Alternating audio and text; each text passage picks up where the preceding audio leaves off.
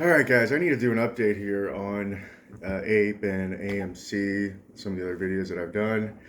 Um, I don't really have anything to report as far as like from a CFO standpoint, but there's a lot of things going on from an investment standpoint or as an investor that I think people need to really kind of think through and understand.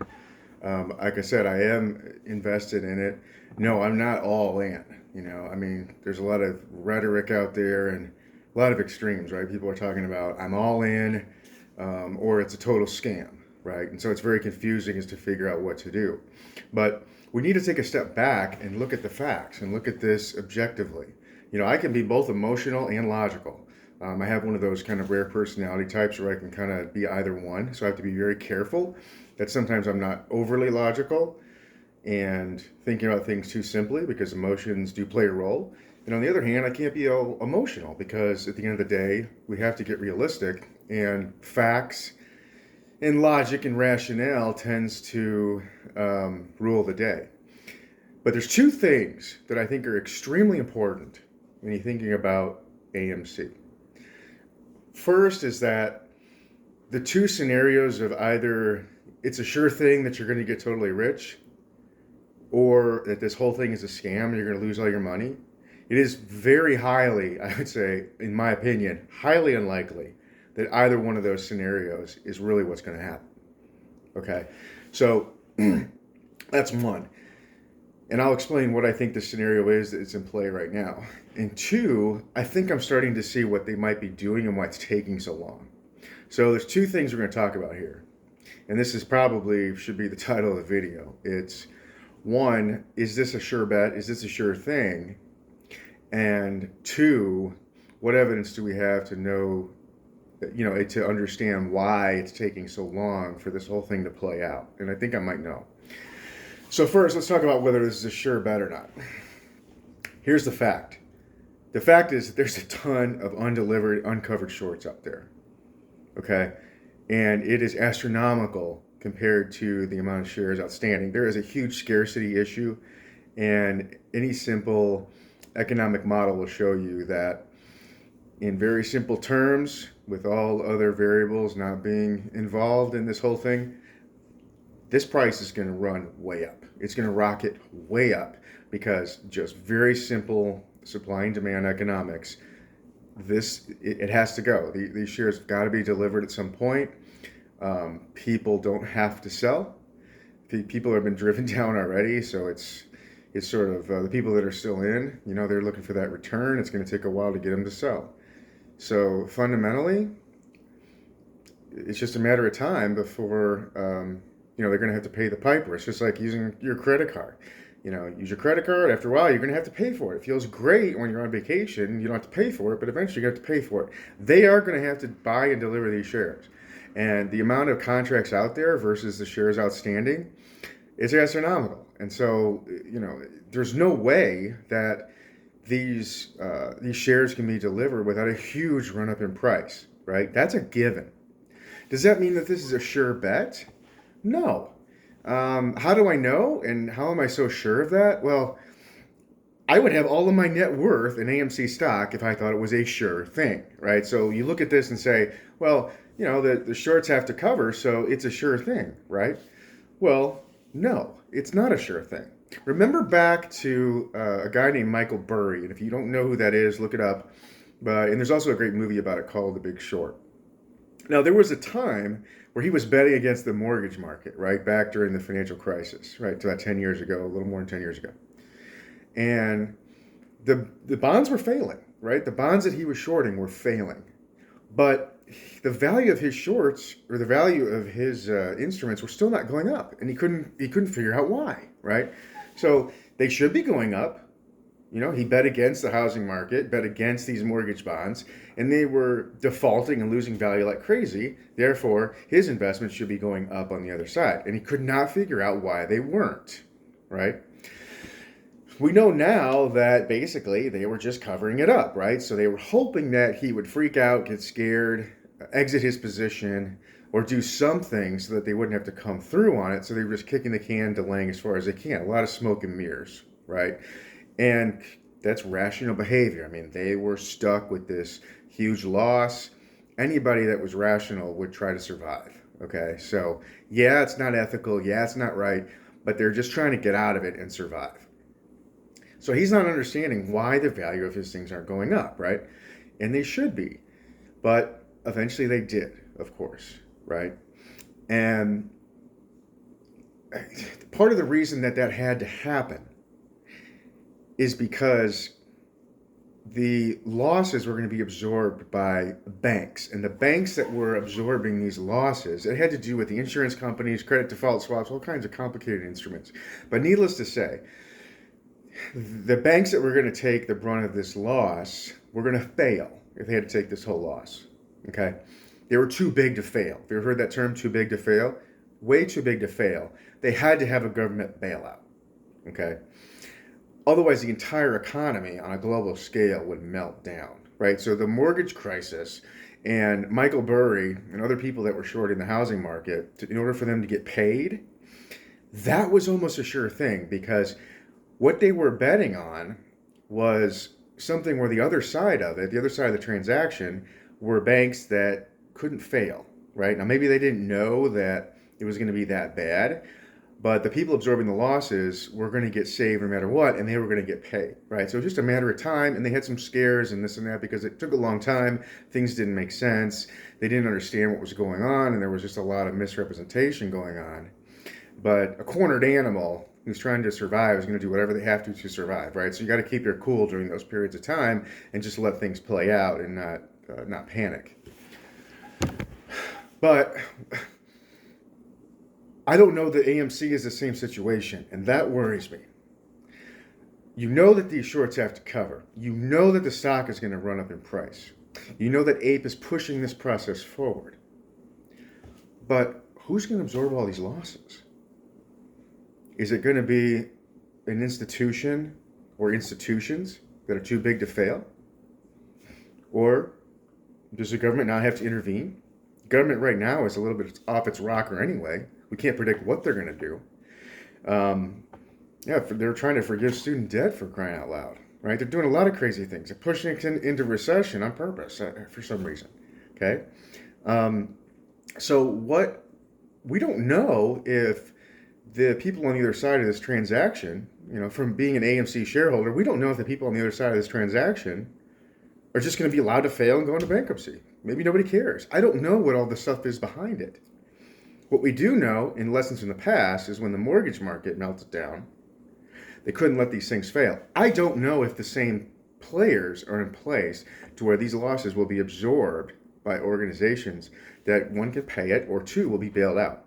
I don't really know. And if you do, please comment on the video and kind of enlighten everybody to either what you know factually or what you might have a theory on. But we don't really know. People say it's hedgies. But do you think they're going to care about hedge funds going under? They're going to bail them out? I don't have any reason to believe that they will. Why would they? I don't know. Maybe they will, but maybe they won't. We have no idea, right? And if they don't get bailed out, and if they can't cover the losses, what do we do then? Not really sure. So it's not a sure thing. I don't think it's a sure thing. Now, will we get paid in part? Probably. But how much do they have? How many of their losses are they running into their positions that we don't even know about, right? So the people that are on the other side of this contract, we don't even know what their wherewithal is, right? So this is not a sure thing. If it was a sure thing, I'd have my entire net worth in it. Okay, I don't, right? And in fact, I have less than 10% in. I have enough to, I'll be a comfortable man if this thing goes up, but it's not a sure thing. There's a lot of weird things going on right now, and rule of law is not what I would say the strongest I've seen in my lifetime. Okay, so we don't really know what's going to go on. There's a lot of uncertainty, a lot of unpredictability. But we do know that on paper, you really are wealthy. I mean, if you own AMC stock, I guess depending on how many shares you have, on paper, you're just waiting to collect. Just a matter of, is that payment going to be made? We don't know. We have to wait and see. So it's not a sure thing. But it's about as good as a position you could ever be in an investment, if you ask me. Secondly, there's some hope, right? So let's not get all down in the dumps about this, is that what I think I'm seeing is something that they did very similar back in the mortgage crisis, which was what they took these failing bonds, or these failing mortgage bonds, and they started picking them apart, and they started putting them together in little soups or little recipes, if you will, and kind of were hiding them in various complicated products, right? Where they would say, oh, okay, we're going to take all these low-risk corporate bonds, we're going to take some munis, we're going to take some international bonds, whatever, and then we're going to take some of these mortgage bonds and we're going to stick them all together in this kind of rubber band ball. And if the mortgage bonds fail, well, there won't be that big of a hit to this particular fund, right? So they're taking sort of these bad positions and they're wrapping them into other funds, and they're going to try to go sell those off, right? So basically, they're going to try to take these losses, which are guaranteed, right, for them, because we know that they have to cover. They're guaranteed losses, and they have to wrap them with other things, package them up, and hope that they can sell them off, which means that who's going to absorb this loss? I don't know, pension funds, probably other people that are corrupt in the industry will buy them and put them into large mutual funds of some sort. So they're going to try to get these losses into the entire financial market, into the entire economy, and kind of bury them and hide them, right? So they're almost like a diversification type loss and things, right? I see that's what happened before, and that what might be going on right now. That's why it's taking so long. And so if that's the case, there is a better chance that we're going to get paid. It just sucks that maybe they can get away with this, and that people are going to be hurt on the other side. Hopefully justice will prevail in all this, but that just makes it real easy for them to bury this whole thing. So, again, that's why it's going to take a while, is because they have to package these things up, take their positions, sell them off to someone else, and they're going to try to wrap it. It's like putting lipstick on a pig, or, remember when you were a kid and you didn't want to finish your meal, and so you kind of spread your food out, so maybe your peas, a little bit of peas over here, a little bit of potatoes over here, and kind of make it look like you ate most of it, even though you didn't. That's kind of, I think, what they're doing with this. I could be wrong. I don't have any hard proof of this, but that's what it seems like to me, and that will take some time. On the other hand, if they do that successfully, we are going to get paid. What I don't like about it is that I'm not going to feel that good about it, because I know that someone's getting hurt on the other side. And I'm not sure what to do about that. But that does get some hope that we're going to get paid. So 2 things. 1, it's not a sure thing, because we're not sure what the ability to pay is going to be on the other side of this transaction. Don't know if they're going to get bailout. Don't know how they're going to make it work. But 2, there are some signs now that they're going to try to spread these losses out, and eventually they'll get spread in the entire financial market. And maybe if the market crashes, nobody even know what's going on, and other people will absorb it. I do see that these would probably not be hard to get rid of. There's going to be, there's a lot of building speculation on the short side where they could take the AMC stock, and if they put their short positions in AMC and wrapped it with 100 other stocks, they say, oh, we got Facebook in there, and we have, Apple, and we have some of these tech companies, or a lot of these volatile companies that are going to get really hurt if there's a market crash, that people will see that as a hedge, and they'll invest in these funds that take short positions in various companies in the market, and they can sell it off as products. Because people are going to want to hedge, right? So if the market goes down, these shorts will do well, and they could bury AMC in this fund as just one of another stock, and nobody will notice any different, right? And so they can just bury all these losses in there. And maybe if the market crashes and 99 of the stocks out of 100 do well because of the shorts, but AMC doesn't, it'll just kind of get buried away. So they're kind of just burying the evidence, I feel like, or burying the losses. So I don't know. I'm not sure how this is all going to work out, but those are the 2 factors that I think are going on right now. But I do see a lot of similarities in activity. It looks like we saw in the mortgage crisis back a little more than 10 years ago. But we go to the same thing that Michael Burry and the other guys did that were on the right side of the mortgage crisis. It's going to take some time. There's going to be some cover up. You're going to have to kind of just be patient and wait. I'm absorbing the risk. I'm going to absorb the risk that payment is going to be made, that there's going to be a wherewithal to pay off this debt of the bad position that they're in. But that's my risk right now. That's what I'm looking at. I'm not looking at, will the stock go up? the stock will go up. It has to eventually. That's not financial advice. I have to say all those disclaimers. That's my opinion, but mathematically, I mean, it has to go up. It's just a function of very simple economics and mathematics. It will go up. However, can we collect? I don't know. That's a question. I'd love to hear other opinions about that and any other insights. But it looks like they're trying to make sure that they can get this thing off their balance sheets and out of their they don't want to be custodians of this hot potato anymore, and they're trying to get rid of it. So that gives us some hope. I don't really feel good about that because that means other people are going to get hurt because of it. But hopefully, justice will prevail, and we'll get paid, and the bad actors will get punished, and there won't be good people getting hurt on the other side. So we'll have to wait and see. But anyway, that's how I see it. My risk is the wherewithal to pay, not whether the stock's going to go up or not. That's my opinion. I'm holding. I'm not going anywhere. In fact, I've been accumulating APE for a little while here, a little bit every day as it's going. And the arbitrage between APE and AMC is a whole different ballgame. I may do another video about that at some point. But in any case, if you don't feel like there's a wherewithal to pay this and you do some research, that would be what I would be looking at if I was you.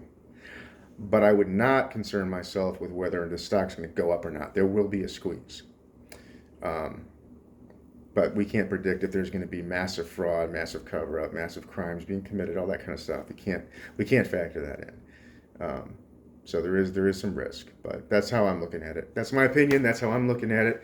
Hope this was helpful. If you have any research on it, or you dig a little bit, or anything, please. Or if there's anything to correct on this video, please make a comment, write me back. I just want to get to the truth, so I don't take anything offensively or hurt my feelings or anything. I just want everybody to see what the truth is. So if this is a good place to put all that truth out there, let's do it. Feel free. All right. Thanks.